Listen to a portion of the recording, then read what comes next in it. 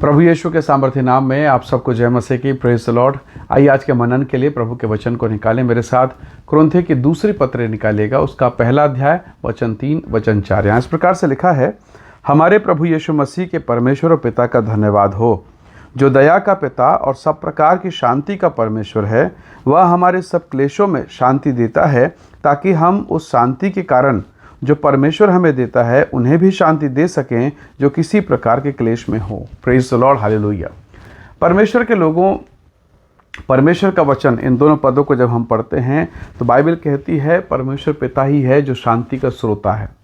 वो आशीष, अनुग्रह, उन्नति, महिमा का, सब प्रकार के आशीषों का स्रोत, केंद्र बिंदु, या कहें स्रोत का मतलब जड़, यानी सारी आशीषें वहीं से हैं।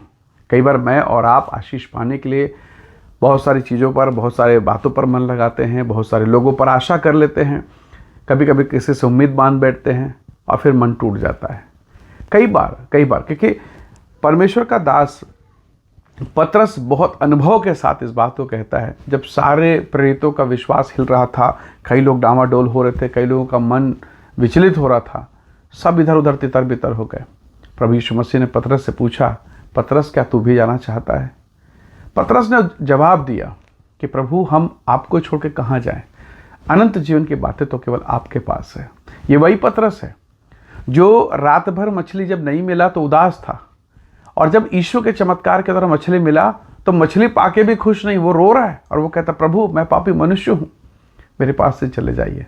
अब उससे मछली नहीं चाहिए, पर मछली बनाने वाला, संसार का बनाने वाला, संपूर्ण मानव जाति बनाने वाला प्रभु यीशु मसीह उसे चाहिए। Praise the Lord.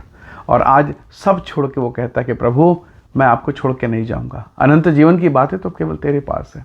तो प्रभु के लोगों, जैसे जैसे आप मसीह के करीब आएंगे, जैसे जैसे यीशु के प्रेम में और गहराई में जड़ पकड़ते जाएंगे, आप यीशु के प्रेम को समझ पाएंगे।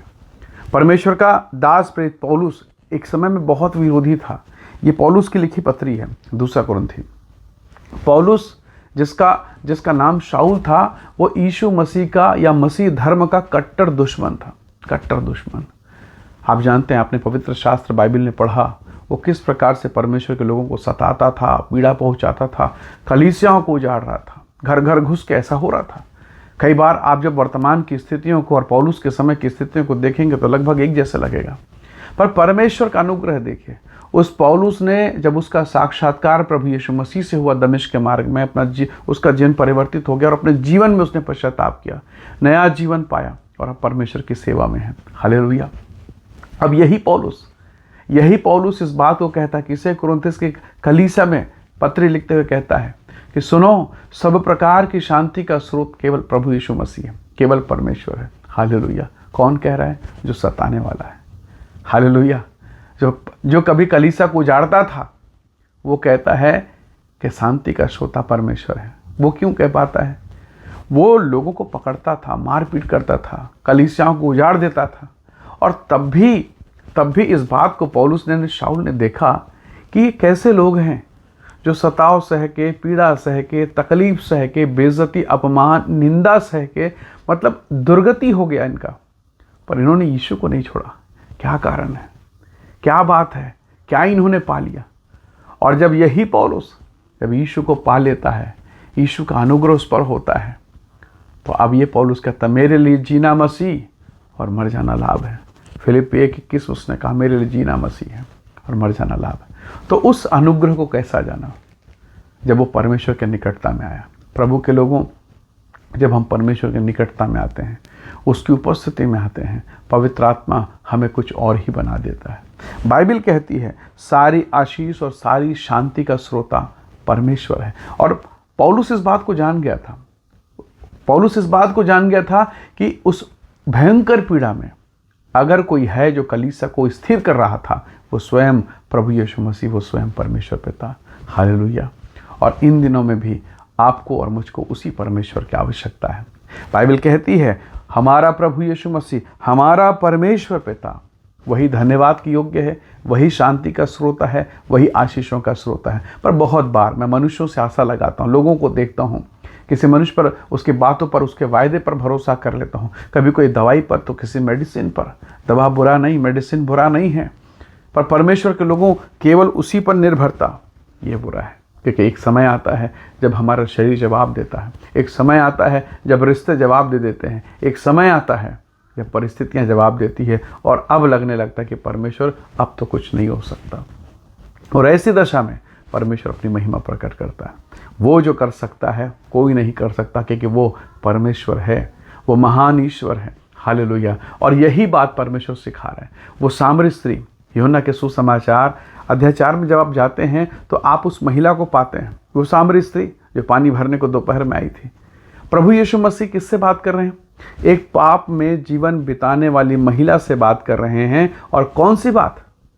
कौन सी बात? एक पापी व्यक्ति से कौन सी बात? एक पापनी स्त्री से कौन सी बात? जब आप उस वचन को पढ़ेंगे आपको पता चलेगा परमेश्वर, प्रभु यीशु मसीह उसे बता रहे हैं कि परमेश्वर आत्मा है और अवश्य है कि उसके भजन करने वाले आत्मा और सच्चाई से भजन करें। परमेश्वर के लोगों, क्या ये थोड़ा सा अजीब नहीं लगता? एक पाप में जीवन बिताने वाली, गंदा काम करने वाली महिला से क्या इस प्रकार, क्या उसका समझ है क्या कि वो आत्मिक बातों को सीख सके? पर परमेश्वर जानते हैं। याद रखिए, अगर सोने का सिक्का नाली में गिर जाए तब भी वो सोना, ठीक है वो गंदा हो गया पर है तो सोने का सिक्का। कई बार मैं और आप गिर जाते हैं पाप में, संसार में, परंतु जन्म तो हमने परमेश्वर से लिया है। हमारे भीतर अभी भी परमेश्वर का वह छुपा हुआ स्वभाव पाया जाता है। अगर धोकर साफ कर दिया जाए तो वो सोना अपने मूल्य में फिर से वापस आ सकता है। हालेलुया। खुदा के लोगों, कई बार लोगों ने आपको कहा होगा इसका तो कुछ हो नहीं सकता, इसके जीवन की कोई आशा, कोई उम्मीद नहीं है, ये तो बस ख़त्म, इसका जीवन तो सबसे गंदा है, घृणित है। लेकिन परमेश्वर के वचन को पढ़िए और तब आपको पता चलेगा प्रभु यीशु मसीह ने उन लोगों को पकड़ा, उन लोगों को उठाया, उन लोगों को सहारा दिया जो इस संसार में, इस समाज में कुछ भी नहीं थे। वो सामरी स्त्री, उसका पहचान क्या है? वो जो पाप में पकड़ाई उसका पहचान क्या, उसकी स्थिति क्या? पूरे शहर में, पूरे नगर में पता था जक्कई पापी है, जक्कई दुष्ट है। हालेलुया। तो प्रभु यीशु मसीह उसी के घर गए, तो जब वो उसके घर जा सकते हैं तो वो आपके घर भी आ सकते हैं और मेरे घर भी आ सकते हैं। जब वो उसे उठा सकते हैं तो मुझे भी उठा सकते हैं। कोई पौलुस के समान आपके और मेरे जीवन को देखकर फिर कहेगा कि इनके जीवन का स्रोत, इनके जीवन की शांति का राज प्रभु यीशु मसीह है, इनके जीवन को जो शांति मिल रही है उसका रहस्य परमेश्वर है। हालेलुया। जब मैं और आप जड़ बना लेते हैं, जब पेड़ छोटा होता है ना तो उसे बराबर पानी देना पड़ता है, दिन में 2 बार, कभी कभी 3 बार, बार बार पानी देना पड़ता है क्योंकि वो पेड़ छोटा है। पर धीरे धीरे जब वो गहराई में जाता है और जड़ पकड़ने लगता है, फिर आप उसे सुबह शाम पानी नहीं देंगे। क्यों? क्योंकि वो तो अपने आप में, वो छोटा सा पौधा अब बड़ा सा पेड़ हो गया है और अब इस काबिल हो गया है कि जैसे बीज से वो पैदा हुआ वैसे अनगिनत बीज वो पैदा कर सकता है और उस बीज से फिर से नए फसल, नए पौधों को तैयार कर सकता है। वही तो परमेश्वर का वचन कहता है। परमेश्वर शांति का परमेश्वर है और जिस किसी ने परमेश्वर को पा लिया, उस अनुग्रह को पा लिया, वह भी दूसरों के लिए शांति का कारण बन सकता है। वो पापनी महिला, उसका जीवन क्या था उस सामरी महिला का, लेकिन जब उसने परमेश्वर को पाया, जब उसने यीशु को पा लिया, उसके जीवन को देखिए। पहले पाप को बांटती थी क्योंकि पाप में थी, अब पवित्रता में है, अब पवित्रता को बांट रही। पूरा गांव मसीह के प्रेम के कारण बदल गया। Praise the Lord. पूरा गांव, उसका वहाँ का वातावरण, वो पाप का पूरा प्रभाव खत्म हो गया और पूरे गांव वालों ने यीशु मसीह का स्वागत किया और कहा जगत का उद्धार करता जो आने वाला वो तू ही है। कैसे ये हो गया? उस महिला के द्वारा। परमेश्वर के लोगों, सोचिए, जब प्रभु उस महिला को इस्तेमाल कर सकता है तो मुझे और आपको भी इस्तेमाल कर सकता है। परमेश्वर मेरी और आपकी इस बात को समझने में सहायता करें।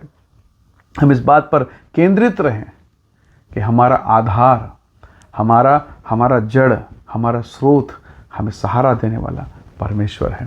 यदि आपका भरोसा उस पर है, याद रखिएगा आप जीतेंगे। महाबली गोलियात के सामने दाऊद खड़ा है, पत्थर लेके, गोफन लेके, सब हंस रहे हैं। आगे वाले जो गोलियात के साथ वो हंस रहे हैं, ये पागल कौन है? और पीछे वाले हंस भी रहे हैं और शर्मिंदा भी हैं कि ये क्यों मरने के लिए जा रहा है। लेकिन जब परमेश्वर के सामर्थ्य के द्वारा उस छोटे से कंकड़ पत्थर से जब उसने महाबली को मुंह के बल गिरा दिया, तब वो जो हंस रहे थे अब उनको आश्चर्यचकित होना पड़ा, उनको चीखना चिल्लाना पड़ा, उनको परमेश्वर का नाम लेना पड़ा। हालेलुया। सेनाओं का यहोवा वही परमेश्वर आपको भी जय देगा। छोटी सी बात के द्वारा आपको ऐसा महिमा दे देगा जिसके बारे में ना मैंने सोचा ना आपने सोचा। इसलिए हम अपने भरोसा को परमेश्वर पर बनाए रखें। जीवन में कठिन परिस्थितियाँ आएंगी। प्रभु ने कहा ना कि जो मकान बालू पर बना और चट्टान पर बना, उन दोनों पर तूफान आया, उन दोनों पर टक्करें लगी, पर जो बालू वाला था, रेत वाला, वो गिर गया। प्रभु से प्रार्थना कीजिए ताकि वो मेरे और आपके जीवन को ऐसा बना दे मानो चट्टान पर नेओ। हालेलुया। ताकि प्रभु हमें सहारा दे। हमारा चट्टान, हमारा सहारा, हमारा आसरा प्रभु यीशु मसीह है। आइए इस समय जब हम सब लड़खड़ा रहे हैं, प्रभु को सहारा बनाएं ताकि वो हमें संभाले, हमें स्थिर करें। आइए दुआ करें। सर्वशक्तिमान परमेश्वर, मेरे प्रिय लोगों पर दया कर, इन्हें ब्लेस कर, इन्हें आशीष दे प्रभु, और शांति पाकर हम दूसरों के लिए शांति का कारण बन जाएं, हम दूसरों के लिए जीवन का कारण बन जाएं, हम दूसरों के लिए ब्लेसिंग का कारण बन जाएं। क्योंकि वो अब्राहम जो सूख गया और मरने की दशा में है प्रभु, वो निर्वंश था पिता, आपने उसे चुना, ऐसा आशीष दिया। ना केवल वो, पर उसके द्वारा आपने कहा मैं सारी पृथ्वी को, सारे कुलों को, सारी जातियों को आशीष दूंगा। स्वामी दया कर, अनुग्रह कर, हम में से प्रत्येक को तो ब्लेस कर, आशीष दे, और आज अनुग्रह दे पिता कि हम बहुतों के लिए आशीष का कारण होने पाएं। हम सारी महिमा आपको देते हैं, यीशु मसीह के सामर्थ्य नाम से मांगते हैं। आमीन, आमीन। प्रभु आप सबको आशीष दे। Praise the lord. जय मसीह की।